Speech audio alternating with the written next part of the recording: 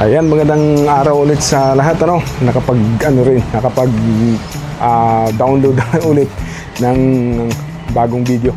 But anyways, katulad dun nasa natin sa ating title update ng Gentay, no? Kasi yung last kong post yata ay naging marami na namang view dun sa Gentay, kaya ewan ko lang kasi yung last time madali lang bumili ng Gentay sa online, sa Shopee, gano'n.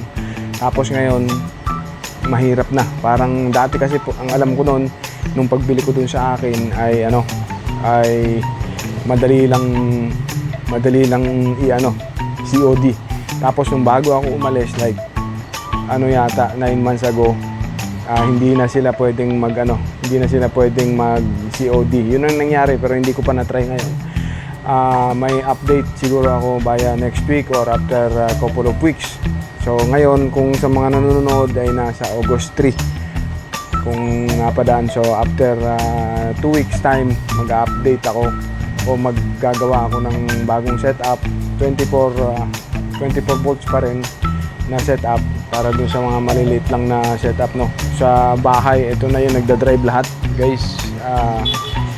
Laundry, tawag nito, dalawang washing machine, aircon na Samsung 1 horsepower, rice cooker, kayang-kaya na nito.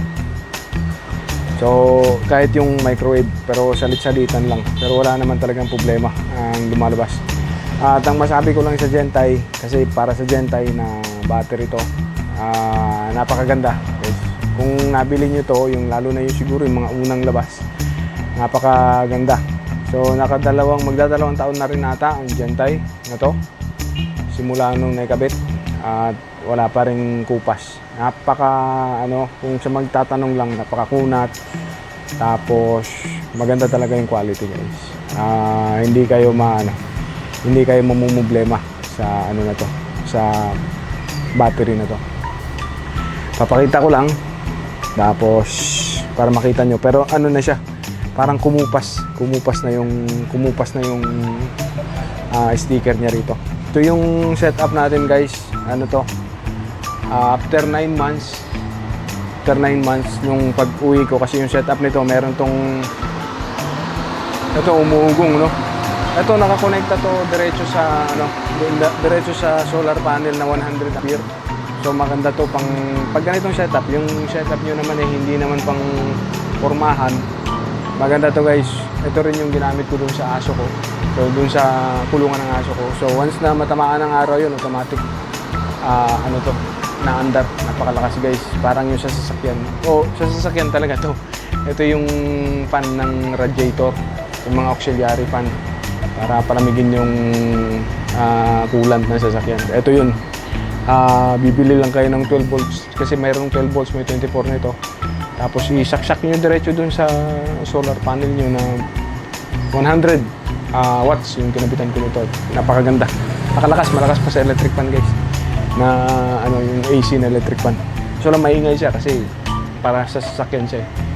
Yan. So pag nung naikabit ko, ito lang nagka-problema kasi iba-ibang solar panel to. May solar panel na set dito, may solar panel na set dito, tsaka rito. Kasi ang nagda-drive nitong 3 kilowatt na to is 3 string, guys. So ito isang string. But anyways, bakit ko ginanyan yan? Nangyari na yun dun sa mga dati kong video. Na-explain ko na kasi nagka-problema at naging watak-watak siya. Pero ito yung pinakauna ko. Sa SRNA naman, napaganda. Kaya ako nakabili rin ng ganito at kaya solid akong ng SRNA. Tapos pakita ko yung battery, guys. So ayan, ito na yung si Gentay natin. So makita nyo, iba na yung kulay niya, guys. Nagkupas na siya kasi nasa labas lang. So ayan, kung sa mga nagtatanong kung matibay ba talaga, tulad ng una kong sinabi, at napatunayan na naman na isang taon na naman yata, malapit na isang taon na ulit yung mga nakaraan pa.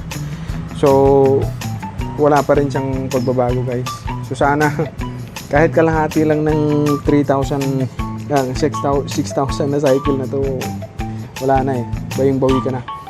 So tulad nga ng sinabi ko noon, aircon, rice cooker, refrigerator, mga electric fan. Yan, dala niyan. Ito yung sinasabi ko guys kanina na fan.